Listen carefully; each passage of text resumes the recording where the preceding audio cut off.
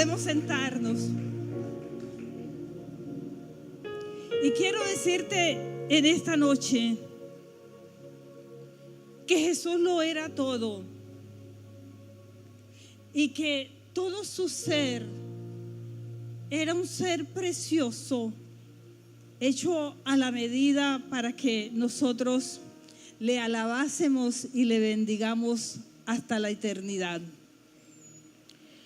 Y podría decirse que en la preejecución de Jesús, es decir, antes que ejecutaran a Jesús, nosotros ya íbamos adquiriendo parte de la corporalidad de Jesús. Y cuando decimos que habíamos recibido parte de la corporalidad, es porque ya Él venía preparándonos para ese momento de la cruz.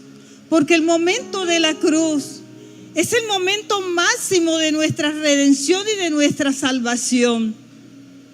¿Y cómo fue esa preejecución de Jesús? Que lo dio todo, que sudó, ¿sí?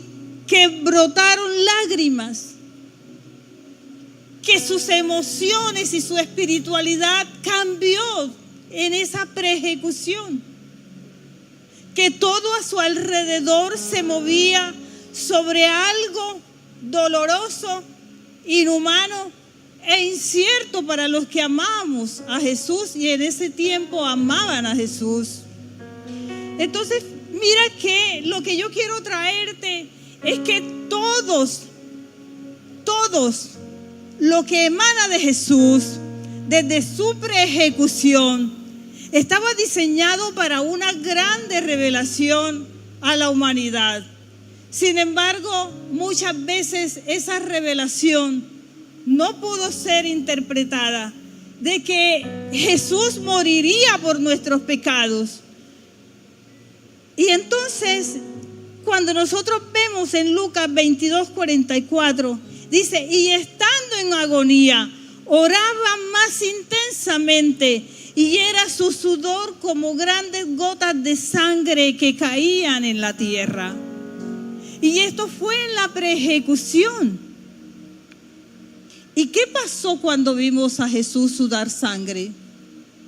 ¿Acaso hubo más arrepentimiento en la tierra? No lo sabemos, ¿cierto?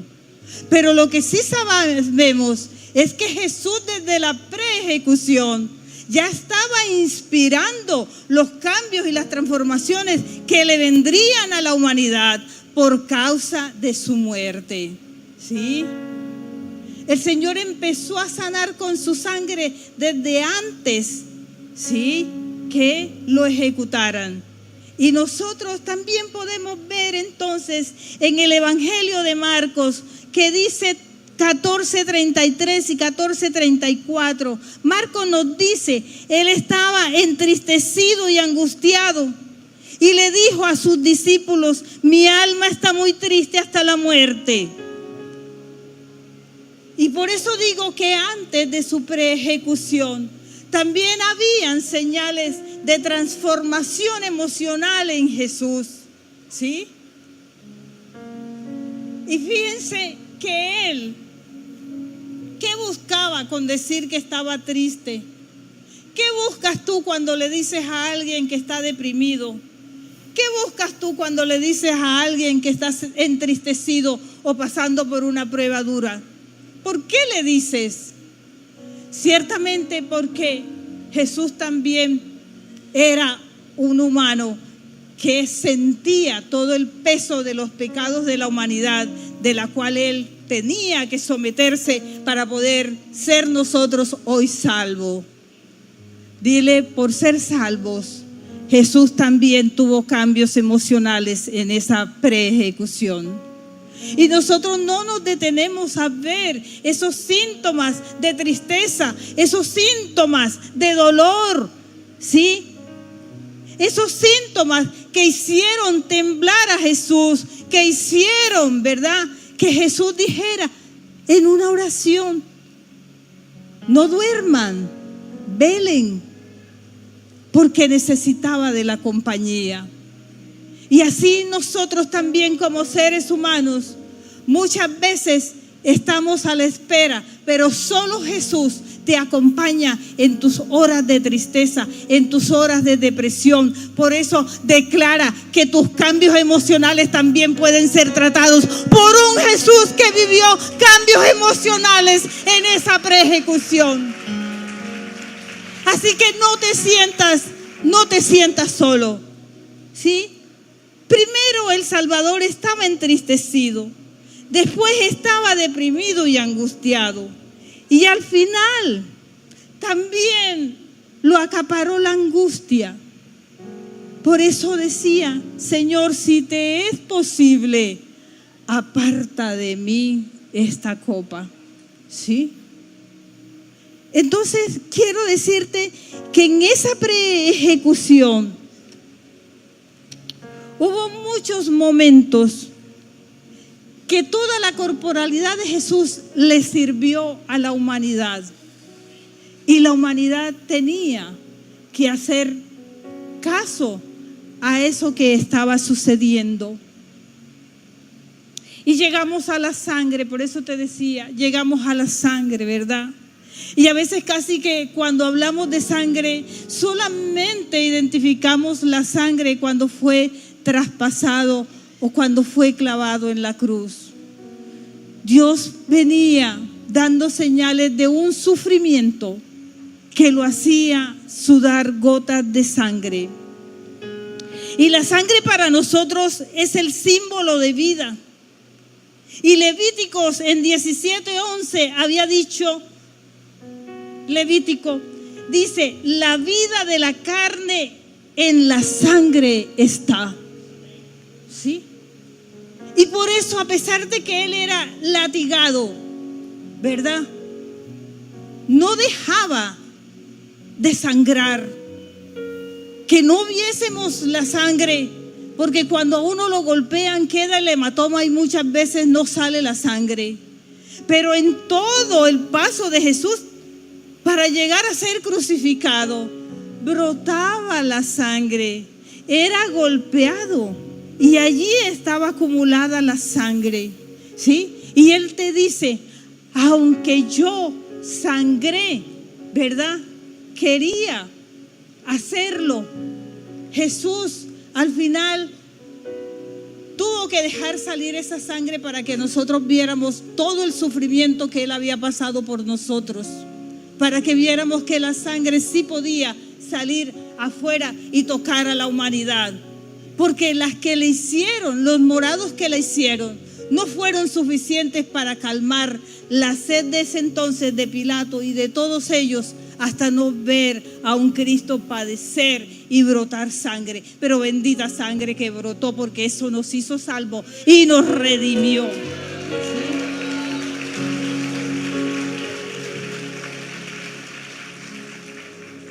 La sangre es un tejido vivo.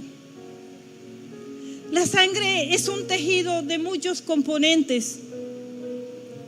La sangre da vida. Cuando alguien está bajito de hemoglobina o tiene un hematocrito bajo, lo que uno hace es colocarle sangre.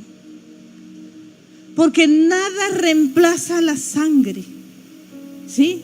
Nada podrá reemplazar la sangre de Jesús cuando se trata de redimir los pecados, cuando se trata de hacer salvo a otro. Nada podrá reemplazar la sangre de Jesús. Y la sangre de Jesús es mitad plasma. Y la de nosotros también, casi que el mayor porcentaje es plasma. Y el otro porcentaje son glóbulos rojos, glóbulos blancos, son plaquetas, ¿verdad? Pero la parte sólida de la sangre, ¿verdad?, que derramó Jesús, era una sangre especial. ¿Y por qué era una sangre especial? Porque ella no se detuvo. Esa sangre fluyó para que cayera de la cruz y pudiera untar la sangre a esta humanidad. Porque aunque nosotros no estuvimos allá, gracias a Dios nos ha alcanzado en este tiempo esa sangre que Jesús derramó en la cruz por nosotros. ¿Sí?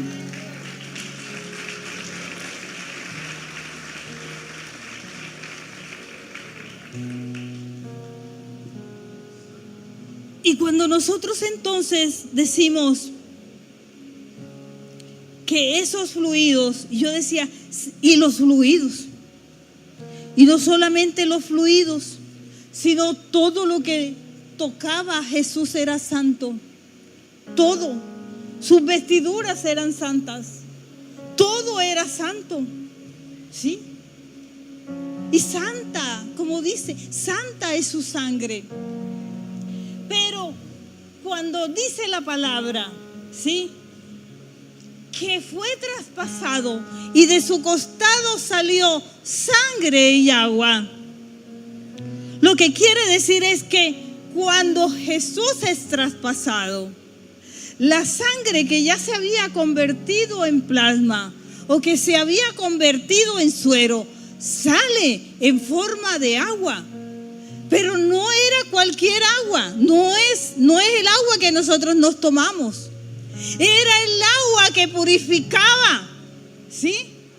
Y estaba escrito en Ezequiel 36:25 que dijo: derramaré sobre vosotros una agua pura que os purificará de todos vuestros inmundicias e idolatría. Os he de purificar, os he de purificar. Entonces lo que yo identifico, que la sangre me redime y que el agua, que en la Biblia es el llamamiento a tener el agua como el símbolo de la espiritualidad. Dios no se dejó que nosotros no tuviéramos a esa hora también un síntoma de espiritualidad, y por eso salió de su costado agua. Por eso somos bautizados en agua. Por eso para recibir la Santa Cena tenemos que haber sido bautizados en agua. Y es así que nosotros decimos, no era una agua cualquiera. Y también se derramó a la humanidad. También ella cayó de ese costado de Jesús. Y también nos roció. ¿Sí? Y también nos hizo entender que aunque muchas veces ya estaba en la hora de la agonía, aunque no lo mataron, como dice la Escritura, no lo mataron, Él murió primero, ¿verdad?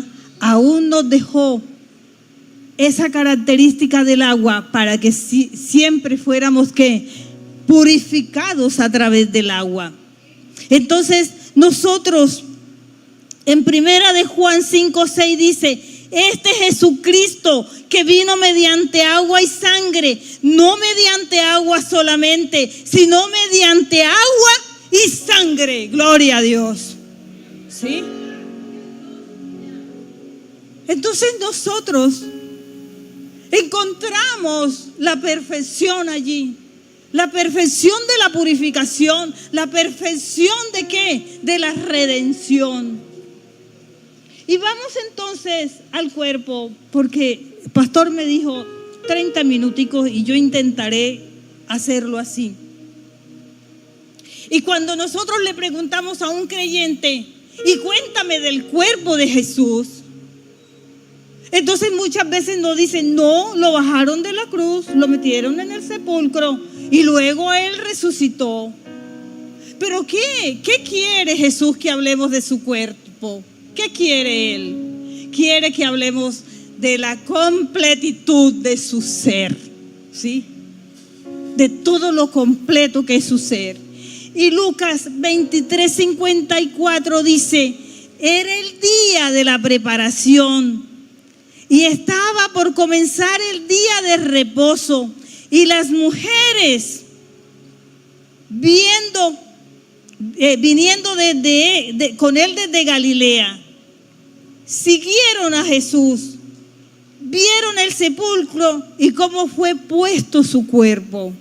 Y yo creo que esto fue la estrategia de Jesús, que lo vieran llegar al sepulcro, que lo vieran poner en el sepulcro, que vieran que Él fue puesta la losa sobre ese sepulcro. Jesús quería que ese testimonio de que cuando Él resucitara, no iba a quedar ninguna duda de que resucitó, Él buscó a los testigos. Pero ¿qué testigos buscó Jesús? Los testigos que tenían fe en Jesucristo. ¿Sí? Porque aún cuando uno mira películas de la vida de Jesús, puede encontrar uno muchas veces la manipulación de la película que dice que hasta los soldados le pagaron para que esa noche velaran, pero ellos se durmieron y no fueron capaces de seguir la secuencia de lo que estaba pasando alrededor de la muerte de Jesús. Pero Jesús sí dejó testigos de que lo vieron estar allí, ¿sí? Y el cuerpo, cuando nosotros decimos el cuerpo, muchas veces no solo derramó su sangre, no solo brotó agua, Él también entregó su cuerpo.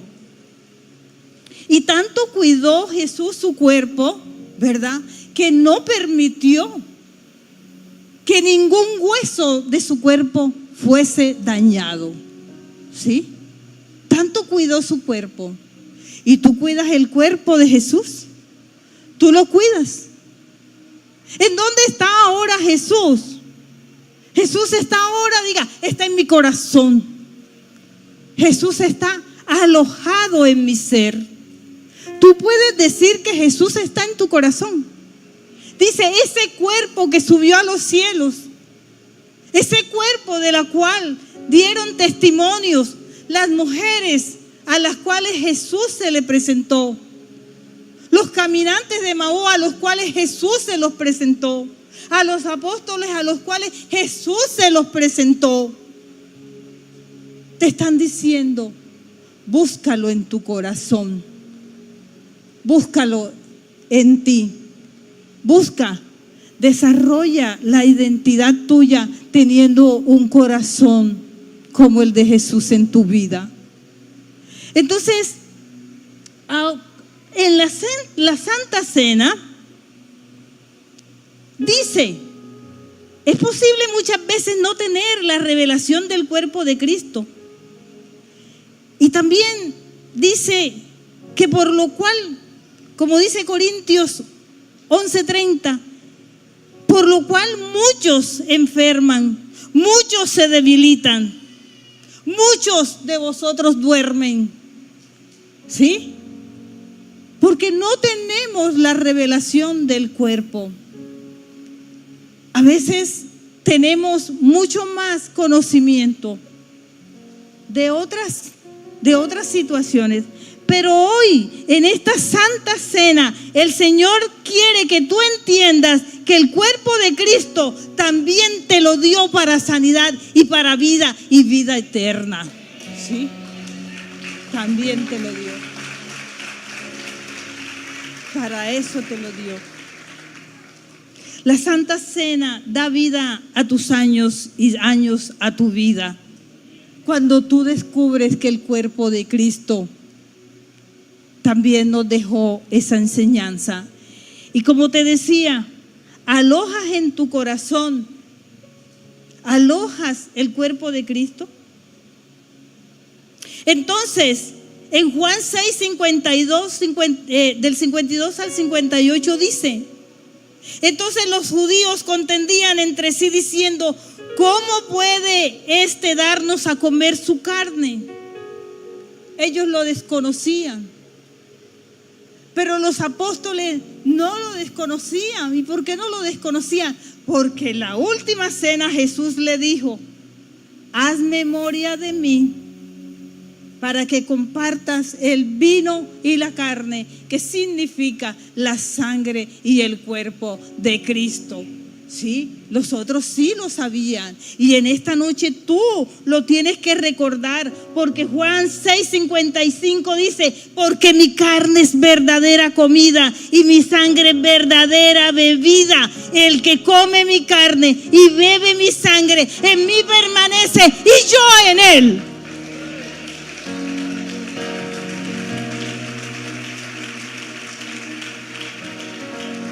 Por eso necesitamos, esas revelaciones.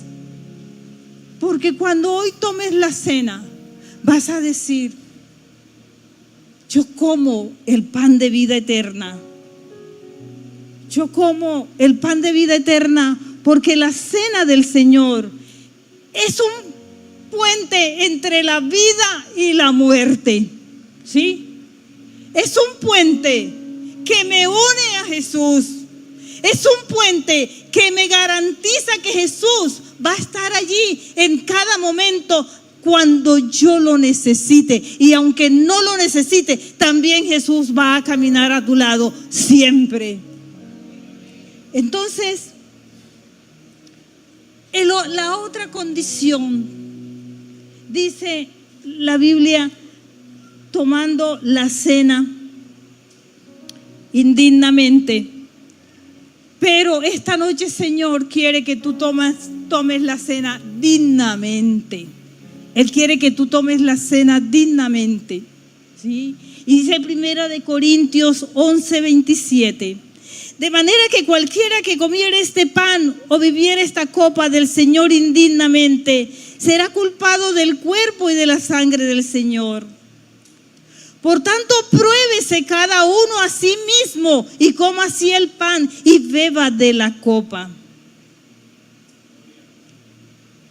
Y el Señor te está diciendo en esta noche, ¿sí?, que tienes que devolverte a Él. Si en algún momento tú tienes que probarte a sí mismo, ¿sí? Y cuando Él dice pruébate a ti mismo, es porque aunque el ser indigno no es un delito, el ser indigno sí cambia la manera de paz interior que tú tienes al tomar la Santa Cena. Cambia tu paz interior. Y el Señor quiere que hoy tú tomes la cena dignamente y con paz interior. ¿Sí? Por eso Él está diciendo, pruébese a sí mismo. ¿Qué te quiere decir en el pruébese a sí mismo? Escudriñate a sí mismo. Revísate a sí mismo. Reflexiona sobre lo que eres, lo que haces y lo que sigues haciendo, aún a pesar de que puedes considerarlo una indignidad. Y yo leía, decía, los indignos, los viles, los desleales, los que no tienen lealtad, los que son infieles, los que no valoran, los que pese a que reciben, creen que son aún merecedores de más, los que no agradecen, los que no tienen por cierto que en esta vida Dios nos lo da todo a la medida en que nosotros le pidamos. Porque lo que el Señor quiere en esta noche es: pídeme con coherencia, pero pruébate a sí mismo. Y en esta noche, iglesia, si en algo estás indigno, este es el día en que tú dices: Señor, devuélveme la dignidad, devuélvemela, Señor. Y quiere decir, tan lindo que es, que si yo te cuento mis pecados, Señor, si yo te cuento aquello que no es pecado, pero que es indigno, Señor, perdóname en esta noche, Señor, porque yo quiero recibir esa cena en esa paz interior. Sí. Y yo me acuerdo hace mucho tiempo, hermano, y se lo voy a contar porque me gusta contar más mi historia personal que traerles muchas historias de las cuales muchas veces he sido testigo. Pero cuando yo me bauticé en el año 2000, yo ya vivía con mi esposo y el Señor me recibió así, ¿sí? Y cuando empecé a venir a la Santa Cena y el pastor Osea decía: y aquellos que estén en comunión pueden tomar la Santa Cena.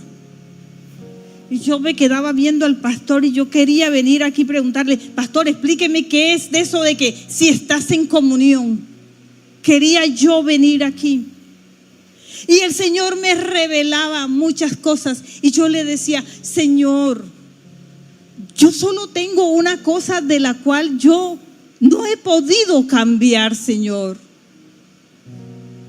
Y a veces nosotros no somos indignos porque dentro de nosotros está el ser indigno, sino porque los que están a tu alrededor también te hacen caer en la indignidad.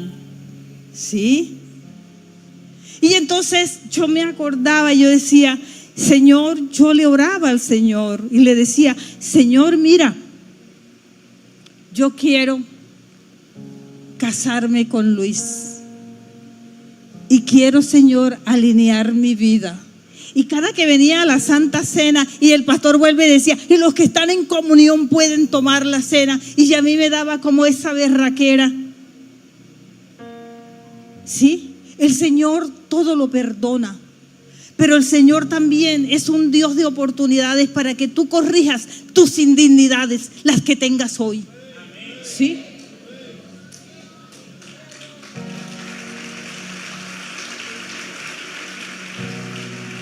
Entonces fíjate que el enemigo va a persistir para que tú continúes en tus indignidades. Y yo tengo un esposo intelectual, digámoslo así, cuando yo le decía: Luis, vamos a casarnos. Pero mija, ¿qué más casado si ante la ley usted tiene todo? ¿Qué más necesita? Y yo: hay una cosa que necesito, Luis. Y yo te voy a decir qué necesito, Luis. Y después de 6 años me dijo que sí. Y entonces yo me emocioné y le dije a mi suegra: bueno, ahora usted me consigue el registro civil de Luis allá en la playa norte de Santander. Y yo lo más de contenta preparando la boda. Y entonces resulta que creman la registraduría de la playa norte de Santander. Yo decía: pero hay que ver que el enemigo sí es cruel. ¿Cómo que queman la registraduría, señora Marina? Y me acuerdo que quedó un registro civil viejito.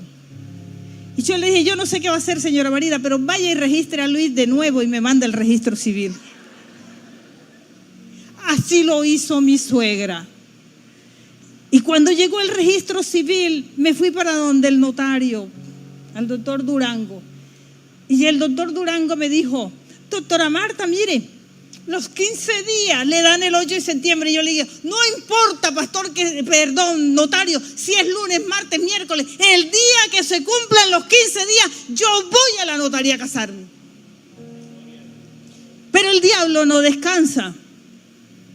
Entonces yo organicé, repartí unas tarjeticas, hablé con el pastor Oseas. Y le dije: pastor, ¿me casa? Y resulta que 3 días antes de la boda le digo yo: Luis, todo está preparado. A las 4 de la tarde estamos en la notaría. Y a las 7 de la noche es la boda con el pastor Oseas. Y me dijo: ¿y quién le dijo a usted que yo me iba a casar por lo evangélico? Ay. Y yo ya tenía tarjetas repartidas y todo repartido. Y me fue a llevar a la Universidad Luis Amigó esa noche. Y yo le dije: ¿sabes una cosa? Si se cancela la boda evangélica, se cancela la boda civil. Y no hablé más. Oré al Señor y le dije: Señor, tanto que te he pedido, Señor, ¿por qué? ¿Por qué tanta cosa, Señor? ¿Por qué? Y yo dije: bueno, ahora sí fue. Ahora no le hablo a Luis durante los días que siguen hasta la boda. Y no le hablé. Y cuando faltaba un día para la boda, me dijo: ahora sí, haga usted lo que quiera y dígame dónde tengo que ir.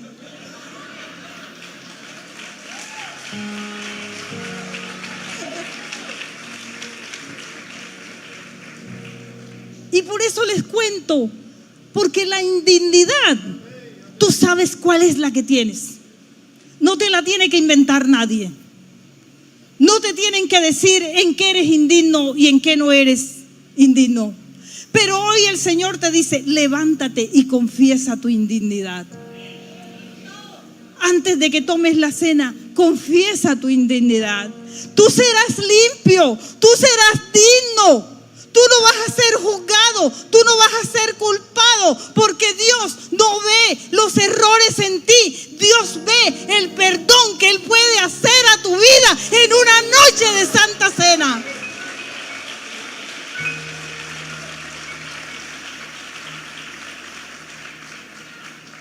Vamos a ser una comunidad y una iglesia sana espiritualmente. Por eso los que se van, déjalos que se vayan, son traicioneros y la traición es una indignidad. ¿Sí? Por eso los desleales no pueden estar con los leales. ¿Sí? Y entonces dice que tú tienes que tener discernimiento, ¿verdad? El contexto de ese pasaje bíblico dice: pruébese cada uno a sí mismo. Y estás delante de la indignidad, di: subsano mi indignidad. Si la indignidad viene de otro que te hace ser indigno, preséntasela al Señor en esta noche. Y dile: Señor, te presento esto por lo cual lucho y lucho. ¿Sí? Si estás delante de la indignidad y si estás delante de un pecado oculto, por favor, no te cargues de la indignidad ni te cargues del pecado oculto en esta noche. ¿Sí? Entonces, por eso te decía que son 4 cosas. 3 que vienen de parte de Jesús y el Señor solo te está pidiendo una a ti, porque ya Él lo dio todo. Él solo te está pidiendo, ¿sí?, lo que tú vas a hacer. Y no será un sacrificio, no, porque será aquello que te va a dar paz a tu vida. Y cuando los demás la vean, van a decir: yo también me inspiro en lo mismo que se inspira ella. Entonces, ya voy cerrando y digo, muchas personas hemos vivido y a veces vivimos convencidos de que somos indignos para ser utilizados por el Señor. Pero esta es la noche que tú te levantas en pie. Esta es la noche en que tú dices: renuncio a la indignidad. Esta es la noche que tú te armas de berraquera y dices: de verdad que no había entendido lo que era la indignidad. Esta es la noche que sí podemos entender que nunca podremos ser dignos por nuestra cuenta, sino que tenemos que ser dignos por la misericordia de Jesús y por su sangre preciosa que Él derramó en la cruz.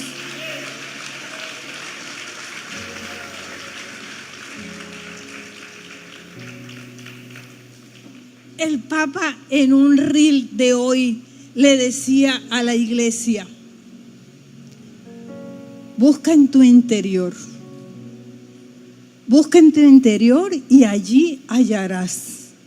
Busca en el interior tuyo. Y a veces uno dice que se repiten cosas que para uno se convierten en una muletilla.